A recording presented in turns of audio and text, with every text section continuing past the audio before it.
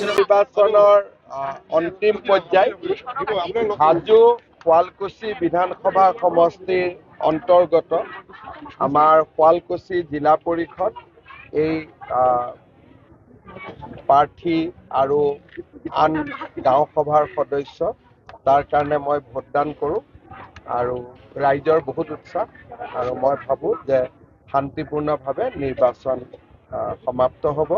ইয়াতে 3খন ballot paper থাকিব লাগিছিল, কিন্তু লাচিতগড় গাঁও পঞ্চায়তত আঞ্চলিক পঞ্চায়ত বিনা প্ৰতিদ্বন্দ্বিতাৰে নিৰ্বাচিত হোৱাৰ কাৰণে 2খনেই বেলট পেপাৰ আছিল, 2খনতে ভোট অন্য এটা প্ৰসংগ ইতিমধ্যে কালি ভাৰতীয় সেনাই প্ৰত্যুত্তৰ দিছে পাকিস্তানৰ, গতিকে দিনটো আৰু আজি ইতিমধ্যে মেট্ৰলৰ কথা যোৱাকালি ভাৰতীয় সেনাবাহিনী এয়াৰফ'ৰ্চ তেওঁলোকে পাকিস্তানৰ 9টা সন্ত্ৰাসবাদী ট্ৰেইনিং কেম্প বা লঞ্চিং পেড বুলি যাক কোৱা হয়, তাতে মাজনিশা আক্ৰমণ কৰে আৰু আজি আমি সকলোৱে গম পাইছোঁ যে এই আক্ৰমণত সন্ত্ৰাসবাদীৰ ঘাটিসমূহ সম্পূৰ্ণভাৱে নষ্ট কৰা হৈছে আৰু বহু সন্ত্ৰাসবাদী নিহত আৰু আহত হৈছে।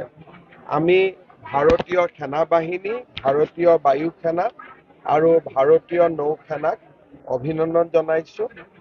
অহা দিনকেইটা প্ৰত্যাহ্বানমূলক হ'ব।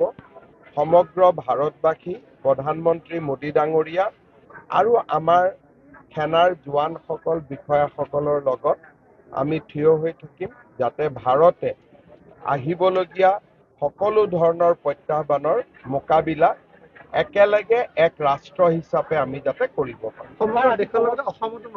ক'ৰবাত আগজাননী পালে মাজে মাজে মক ড্ৰিল কৰি থাকিব লাগে। বহুদিন দেশত মক ড্ৰিল হোৱা নাছিলে, আমাৰ ৰাজ্যতো হোৱা নাছিলে। 18খন জিলাত আজি মক ড্ৰিল হোৱাৰ সম্ভাৱনা আছে।